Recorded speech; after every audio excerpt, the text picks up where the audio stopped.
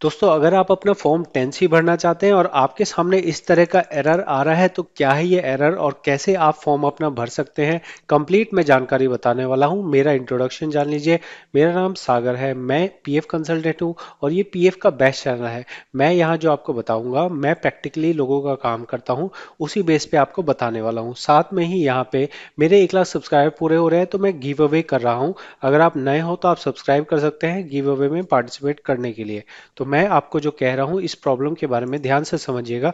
PF का नियम क्या कहता है? पीएफ का नियम ये कहता है कि अगर कोई आदमी 9.5 साल से ज्यादा की सर्विस कर रहा है तो इसका मतलब हो गया कि उसकी जो सर्विस है ना, वो 10 साल की हो गई। मतलब अगर आपका आधे साल से ऊपर का टाइम पीरियड हो गया ना तो उसको पूरा 1 साल मान लिया जाता है। तो अगर 9.5 साल की सर्विस हो गई तो उसको 10 साल की सर्विस मान लिया जाता है। और अगर आपने एक बार 10 साल की सर्विस पूरी कर ली तो आप फिर अपना पेंशन नहीं निकाल सकते हैं।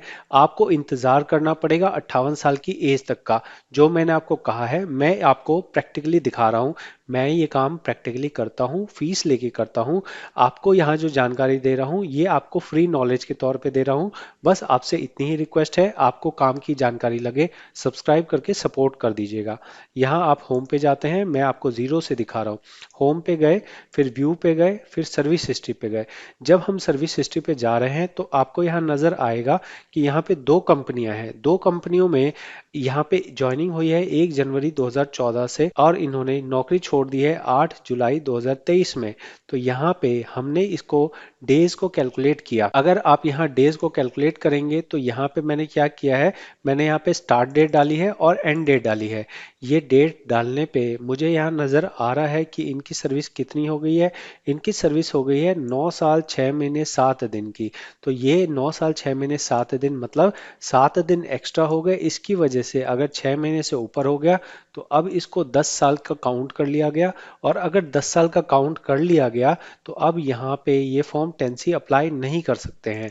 अब अगर आपके केस में भी ऐसा हो रहा है तो आपको ये समझना है कि कई बार आपकी सर्विस 10 साल से कम की होती है लेकिन उसके बाद भी आपको एरर आता है। कहाँ एरर आता है मैं आपको दिखा देता हूँ। यहाँ हम क्लेम पे जाएंगे, यहाँ पे हम अपनी मेंबर आईडी डाल रहे हैं। देखो, अगर आप कंसल्टेंट हो तो भी आप ज्वाइन कर सकते हैं। फिलहाल मैं यहाँ जो दिखा रहा हूँ ये आप नॉर्मल जो अकाउंट होल्डर है उनके तरीके से दिखा रहा हूँ। यहाँ हमने प्रोसीड कर दिया है। अब हम क्लेम पे जा रहे हैं। देखो, मैंने 19 फॉर्म भर दिया है। अभी मैं यहाँ पे फॉर्म 10C भर रहा हूँ। फॉर्म 10C भरने पे ये एरर आ रहा है।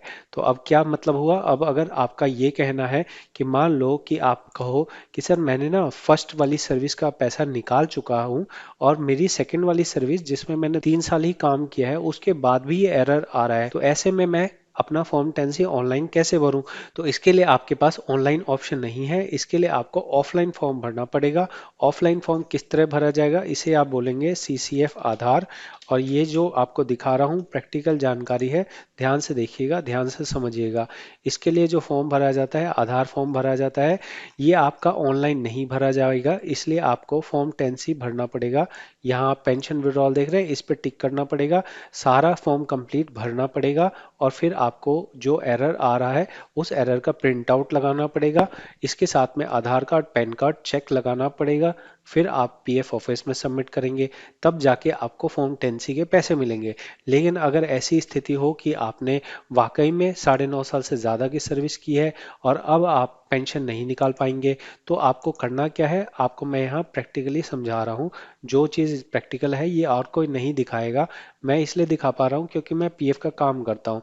यहाँ आप देख सकते हैं फॉर्म 19 निकाला गया है 15 दिसंबर, मतलब आज के ही दिन में मैंने फॉर्म भरा है। 9:30 बजे मैं फॉर्म भर रहा था, मुझे ये एरर दिखा तो मैंने ये आपसे शेयर करने के लिए रिकॉर्ड किया है। तो आपको देख लीजिए, फॉर्म 19 मैंने निकाल लिया। अब अगर पेंशन के पैसे मैंने नहीं निकाले हैं तो मुझे क्या करना चाहिए, मुझे यहाँ पे स्कीम सर्टिफिकेट के लिए अप्लाई करना चाहिए।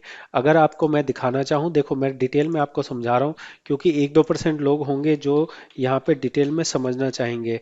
तो अगर मान लो आप मजबूरी में अपना पेंशन नहीं निकाल पा रहे हो और आप सिर्फ पीएफ निकाल रहे हो, तो आपको ऐसा करना है कि आपको 10C की जगह पे स्कीम सर्टिफिकेट वाला अप्लाई करना है। स्कीम सर्टिफिकेट वाला अगर आप अप्लाई करेंगे तो आपको नॉमिनी डिटेल भरना पड़ेगा। नॉमिनी डिटेल भरने के बाद स्कीम सर्टिफिकेट जरूर लेना है। फॉर्म 19 19 पास हो जाए, स्कीम सर्टिफिकेट ज़रूर लीजिएगा।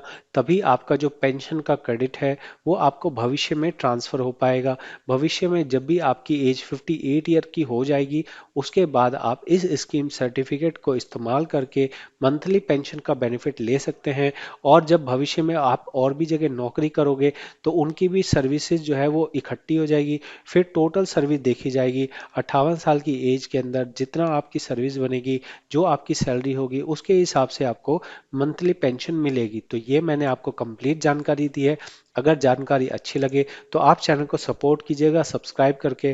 बेस्ट चैनल है, बेस्ट जानकारी दे रहा हूँ, कोई फर्जी जानकारी नहीं दे रहा, किसी से कॉपी पेस्ट नहीं कर रहा हूँ। मैंने इस पर्सन का फॉर्म भरा, मुझे ये प्रॉब्लम दिखी, मेरे को पता है ऐसी प्रॉब्लम और भी लोगों को आती है, तो मैं यहाँ जो जानकारी बांट रहा हूँ ये बहुत ही अच्छा काम है, बहुत ही अच्छा चैनल है। तो सपोर्ट जरूर कीजिएगा। 1 लाख सब्सक्राइबर पूरे होने पे मैं यहाँ गिव अवे भी कर रहा हूँ। पार्टिसिपेट करने के लिए सब्सक्राइब कर दीजिएगा और कमेंट में लिखना है अपना नाम और आप सब्सक्राइबर हैं ये आपको लिखना है। मैं मिलता हूँ आपसे अगली जानकारी वाली वीडियो में। इस वीडियो में इतना ही। बहुत बहुत धन्यवाद।